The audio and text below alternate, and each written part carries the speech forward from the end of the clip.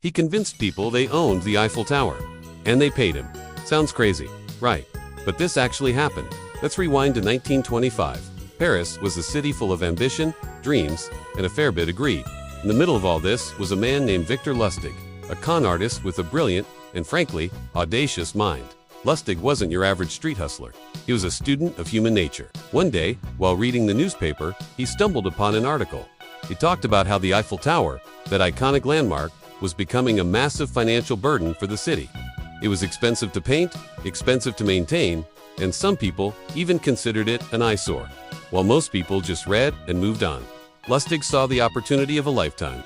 He got to work immediately. He forged official-looking government documents, complete with fancy letterheads and seals. Then, he invited a select group of Paris's top scrap metal dealers to a secret high-stakes meeting at a luxurious hotel. He presented himself as a government official entrusted with a top-secret mission. He told them the French government had made a difficult decision. The Eiffel Tower was going to be dismantled and sold for scrap. He explained that due to public outcry, the deal had to be done in complete secrecy. The dealers were stunned, but Lustig was so charming, so confident, that his story seemed plausible. He gave them a tour of the tower, pointing out the sheer volume of metal, letting their imaginations run wild with the potential profits. One businessman, André Poisson, was particularly eager. He was new to the Parisian business scene and desperate to make a name for himself.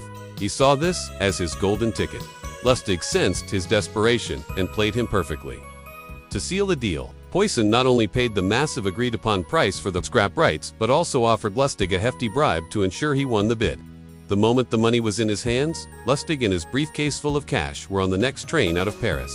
He vanished. Poisson, the victim, waited for weeks for the official word to start dismantling the tower. It never came. He was so humiliated by the scam, so embarrassed that he'd been fooled, that he never reported the crime to the police. This is where the story gets even wilder. A month later, after the heat died down, Lustig returned to Paris. And what did he do?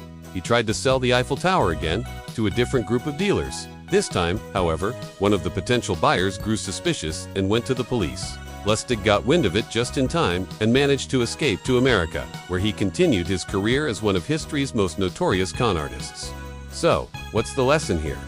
The biggest scams aren't always built on the most elaborate lies. They're built on something much more powerful: confidence. Lustig didn't just sell a tower. He sold a story, an opportunity, and a dream. He understood that if you can sell someone on their own greed, you can sell them anything. If in the Eiffel Tower? Thanks for watching. If you enjoyed this story, don't forget to like, subscribe, and hit that notification bell for more incredible tales from history. See you next time.